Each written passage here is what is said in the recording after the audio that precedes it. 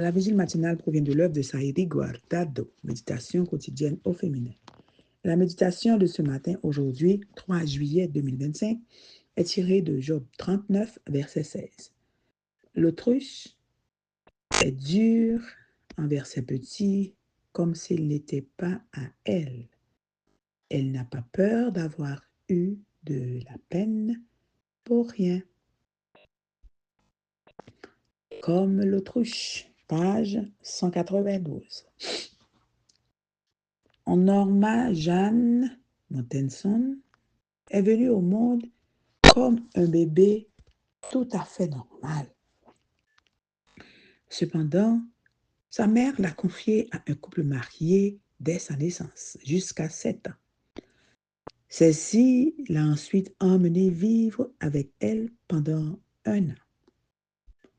Mais victime d'une crise de schizophrénie, elle a été internée dans un hôpital psychiatrique. Dès lors, Norma a été placée dans un orphelinat. À l'âge de 16 ans, elle s'est mariée et 4 ans plus tard, elle a divorcé. Au cours de sa vie, elle a contracté 3 mariages qui n'ont jamais comblé le vide qu'elle ressentait. D'une grande beauté, elle est devenue mannequin puis actrice. C'est alors qu'elle a pris le nom de Marilyn Monroe et est devenue célèbre dans le monde entier. Malgré toutes les opportunités qui se sont présentées à elle, célébrité, beauté, richesse, rien n'a pu réparer les dégâts causés par l'absence de sa mère. Le 5 août 1962, elle a été retrouvée morte dans sa maison d'Hollywood et tout porte à croire que c'est elle qui a mis fin à ses souffrances. Les femmes pensent parfois que si elles n'ont pas un travail bien rémunéré ou une carrière qui leur donne un nom dans la société, elles ne valent rien.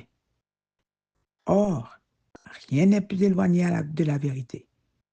Celles qui jouissent du privilège de la maternité ont, durant les premières années de leurs enfants, le plus grand trésor que Dieu puisse leur confier. Certains mères négligent ce privilège, comme l'autruche décrite dans Job 39, versets 13 et 16. Le foyer doit être pour l'enfant le lieu le plus plaisant du monde, la présence de sa mère son plus grand attrait.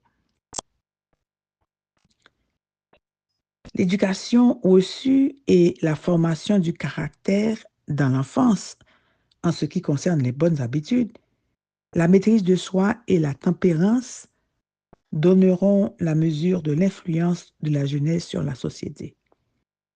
Si les jeunes sont laissés dans l'ignorance et sans contrôle et qu'ils deviennent de ce fait égoïstes, intempérants dans les appétits et les passions, leur influence sur la société instable s'exercera dans la même direction.